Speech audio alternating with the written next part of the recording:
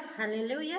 ఈ దిన వాక్యము యోమ్ దెబిరీం 23వ తారీఖు 1వ నెల 2026వ సంవత్సరం. మన దేవుడిస్తున్న చక్కటి మాట ఆమోసు గ్రంథము 4వ అధ్యాయం 12వ వచనం. కాబట్టి ఇశ్రాయేలీయులారా, మీ ఎడల నేను ఇలాగునే చేయుదును. కనుక ఇశ్రాయేలీయులారా, మీ దేవుని సన్నిధిని కనబడుటకై సిద్ధపడుడి. హల్లెలూయా. మనము దేవుని సన్నిధిని కనబడాలి అని సిద్ధపడాలంటాము.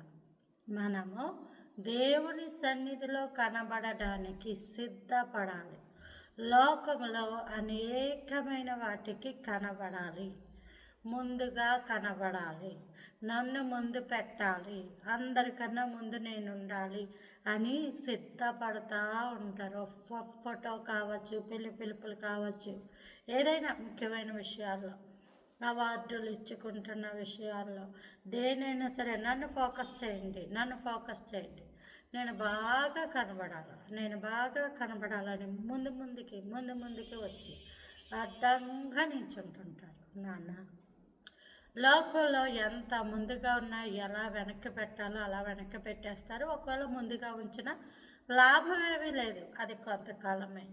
అదే నీ దేవుని సన్నిధిలో నేను కనబడాలి, నేను ముందుగా వెళ్ళాలి, అన్నిటిలో ఉండాలి, ఉన్నతమైన వాటిలో కాదు, ఘనహీనతలోను. అంటే పరిచర్య.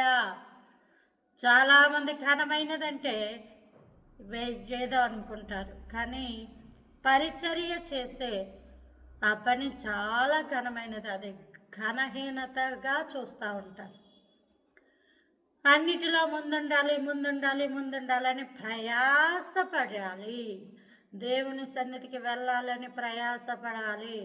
అట్టి కృప దేవుడు మనందరికీ అనుగ్రహించును కాక. ఆమేన్.